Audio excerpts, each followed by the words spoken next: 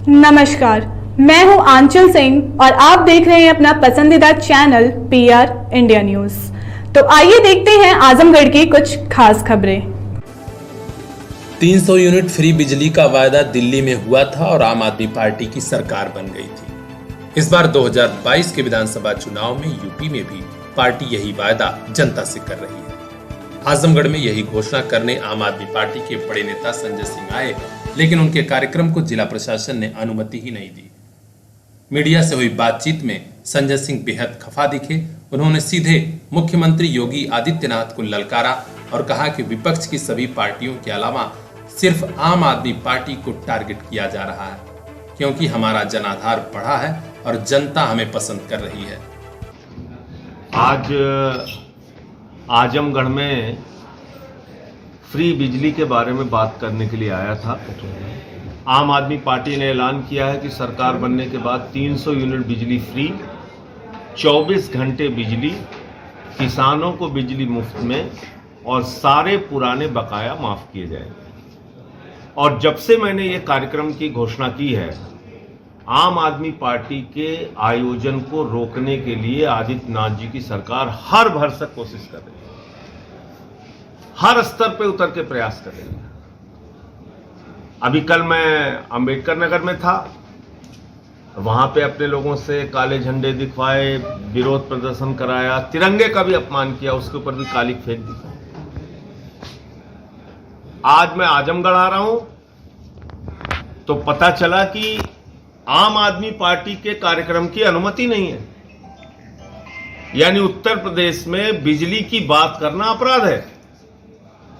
Bharatiya Janata party का कार्यक्रम हो सकता है, रैली सभाएं हो सकती है, जन आशीर्वाद यात्रा हो सकती है, दूसरी पार्टियों का कार्यक्रम हो सकता है, बहन जी की इतनी बड़ी लाखों की रैली हो सकती है, लेकिन आम आदमी पार्टी अगर बिजली के ऊपर बात करना चाहती है, आजमगढ़ में आके बात करना चाहती है, तो हमारे कार्यक्रम को अनुमति नहीं दी जा रही।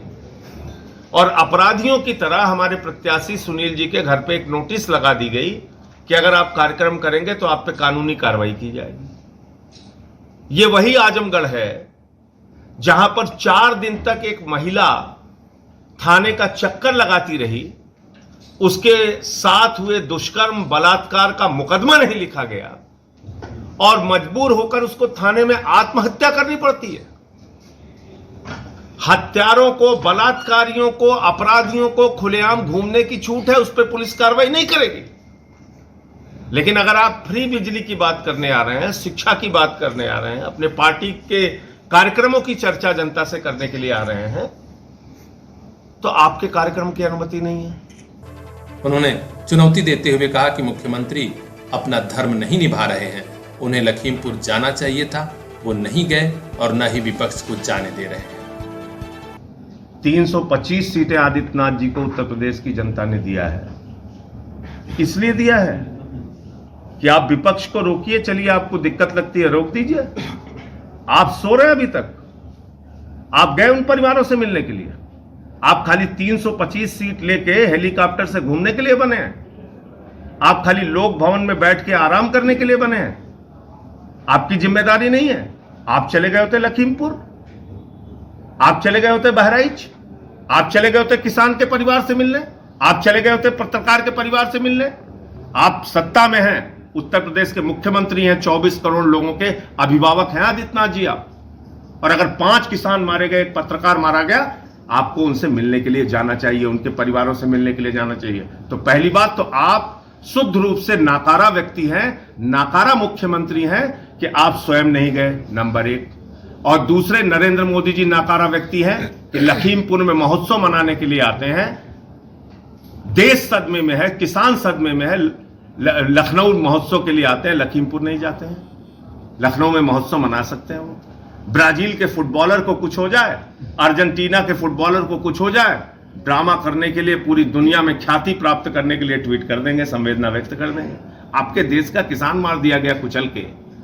जनरल डायर की याद दिलाता है वो घटना, अंग्रेजों के शासन की याद दिलाता है, और आप शोक संवेदना व्यक्त करने नहीं गए। और विपक्ष को आप कह रहे हैं हम जा रहे हैं, तो आप कह रहे हैं कि नहीं नहीं साहब ये तो राजनीति कर रहे हैं। अरे आप हम राजनीति कर रहे हैं, आप अच्छी राजनीति करिए, आप संवेदना व्यक्त करिए, जाइए ना आप तो संवेदना व्यक्त कीजिए। इसका मतलब ना खुद कुछ करेंगे ना दूसरों को कुछ करने देंगे। और हमें क्यों नहीं जाने दे रहे थे? क्योंकि पांचों परिवारों ने एक स्वर में कहा, मुआवजा तो दूर की बात है, हमें अजय मिश्रा की बर्खास्तगी चाहिए। ये पांचों परिवारों के स्टेटमेंट आप ले लीजिए, अभी भी जाके ले लीजिए। वो सब कह रहे हैं मंत्री को अपने पद से हटना चाहिए। यही बात सामने आ जाती हमारे जाने से, यही खतरा था, इसलिए नहीं जाने दे रहे थे। और भी कई बातें कही संजय सिंह ने, आइए हम दिखाते हैं उनकी सीधी बात। देखिए, मैं आपको साफ तौर पे कहना चाहता हूं कि जब दिल्ली का चुनाव हम लड़ रहे थे 13 में, तो हमें लोग कहते थे 2% वोट भी नहीं। और मैं दिल्ली के चुनाव का इंचार्ज था 13, 15 और 20 तीनों चुनाव में। तो 13 के चुनाव में मैं जिसको अपनी पार्टी से लड़ने के लिए रिक्वेस्ट करने जाता था, वो मना कर देता था, कहता था नहीं लड़ना, आपकी पार्टी को वोट नहीं मिल रहा है। लेकिन जनता ने प्रचार किया, जनता ने चंदा दिया, जनता ने वोट दिया, जनता ने सरकार बनाई। उत्तर प्रदेश में भी हम वो अपने सारे कार्यक्रम जो हमने दिल्ली में लागू किए हैं उसको लेकर प्रचार कर रहे हैं, और बहुत सघन प्रचार कर रहे हैं। डोर टू डोर कैंपेनिंग कर रहे हैं, फ्री बिजली के 300 यूनिट फ्री बिजली के केजरीवाल जी के पहले वादे के साथ। तो मुझे लगता है कि इसका एक सकारात्मक असर जमीन पे देखने को मिल रहा है। उसके दो उदाहरण हैं। नंबर 1, जिला पंचायत के चुनाव में हमें 83 सीटें मिली, 40 लाख वोट मिला।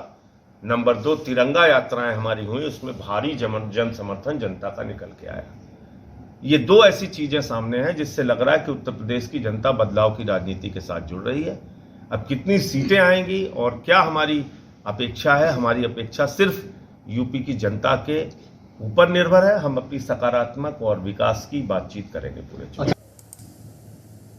यहां आजमगढ़ में प्रदेश उपाध्यक्ष राजेश यादव, रविंद्र यादव सहित कई बड़े नेताओं ने संजय सिंह का जोरदार स्वागत किया।